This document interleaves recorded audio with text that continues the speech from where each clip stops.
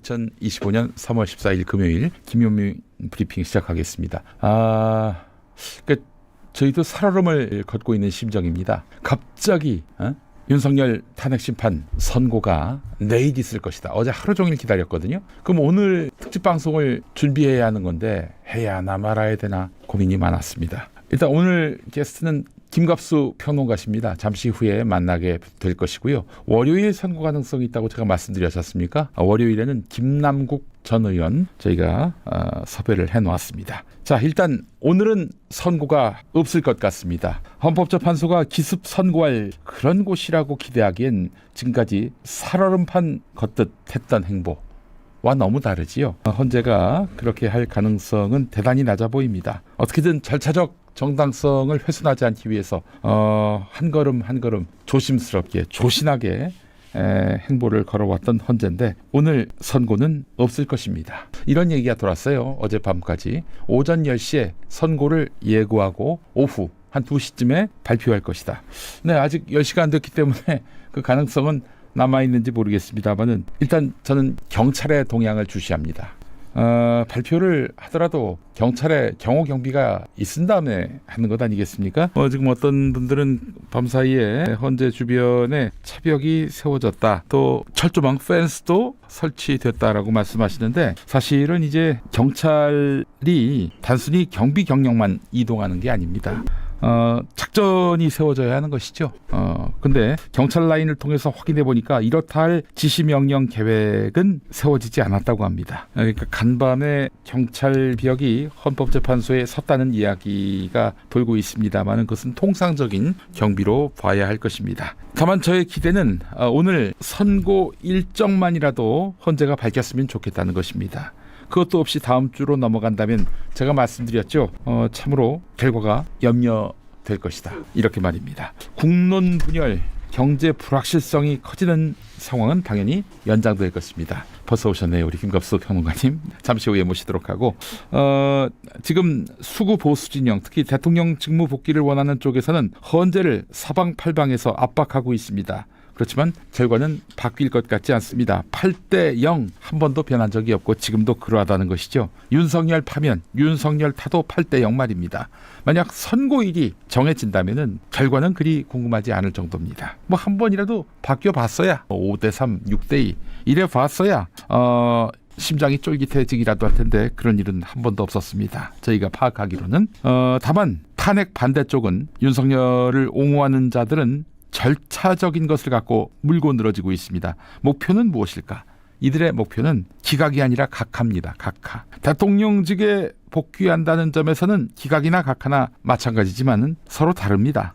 직무 복귀하라. 이거는 뭐 동일하지만은 기각은 건은 되지만 따져보니 인용될 사안이 아니다. 이럴 때 기각이고요. 각하는 아예 탄핵 심판할 가치도 없다. 이런 것입니다. 네, 탄핵이 무산되는 것은 기각이나 각하나 마찬가지지만 경우는 많이 다릅니다. 그래서 이들은 기각은 어렵겠다. 왜냐? 8대0이 한 번도 바뀌지 않았으니까요. 다만 절차적 문제를 들어서 각하로 몰고 가려 하는 것입니다. 실제 국내 유력 로펌, 여러분 이름만 대면 알만한 그런 로펌에서도 절차적인 문제로 탄핵 심판을 장기화할 것이다. 이렇게 관측하고 있습니다. 윤석열을 옹호하는 쪽에서 말입니다. 이미 변론 기일이 다 끝났는데 말이죠. 변론 기일로부터 지금 역대 기록을 깨고 있어요. 가장 한참 뒤에 발표하는 것으로는 지금 노무현 박근혜 전 대통령을 지금 추월하고 있다는 것이죠. 이미 변론 기일이 끝났는데 벌써 보름이 지났고요. 이제 20일을 향해 가고 있습니다. 그들의 논리는 이렇습니다. 지금 헌재에 계류 중인 탄핵 심판 사건 중에서 이미 결정이 끝난 거 어제까지 최재해 감사원장을 포함한 4명 결과가 나왔잖아요. 이제 남은 사람이 말이죠. 윤석열, 한덕수 그리고 박성재 법무부 장관, 조지호 경찰청장입니다.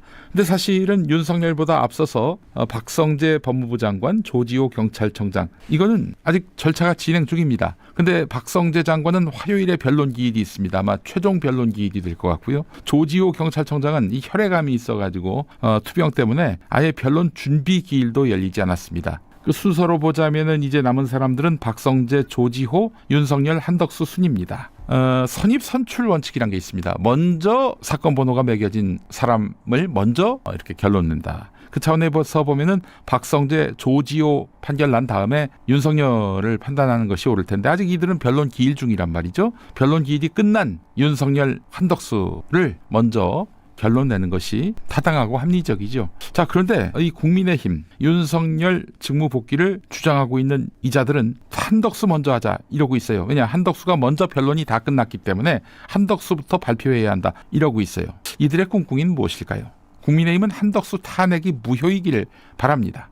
무효가 된다면은 이 무슨 문제가 발생하느냐? 사실 정족수를 가려달라는 권한쟁의 심판을 냈습니다. 이건 또 무슨 얘기냐? 한덕수를 200석 못 되게 탄핵했습니다. 그런데 한덕수는 대통령 대행 아니냐? 대통령 대행을 탄핵하려면은 200석이 넘어야 된다. 이들이 주야장창 주장을 했습니다. 법적 근거가 있든 관행이 어떻든 상관 않고 200명이 넘어야 되는데 200명 넘지 않았기 때문에 이건 무효다. 이렇게 주장하고 있는 겁니다. 만약에 한덕수 대행에 대한 탄핵소추가 무효가 된다면 어떻게 되느냐? 최상목 부총리의 권한대행 승계도 무효가 되는 것이고요. 그렇다면은 최상목이가 임명한 조한창 정계선 헌법재판관의 임명도 무효가 된다는 그런 논리가 성립됩니다. 조한창 정계선 없이 그럼 어떻게 되느냐? 6명이 이제 심판을 해야 되는데 탄핵을 하려면 무조건 6명이 넘어야 합니다. 6명 전원이 찬성해야 되는 것인데 아니 그 정도가 아니죠. 조한창 정계선이 참여했던 그동안의 대통령 탄핵 심판도 무효가 되는 것이니 처음부터 다시 해야 한다. 이런 얘기입니다.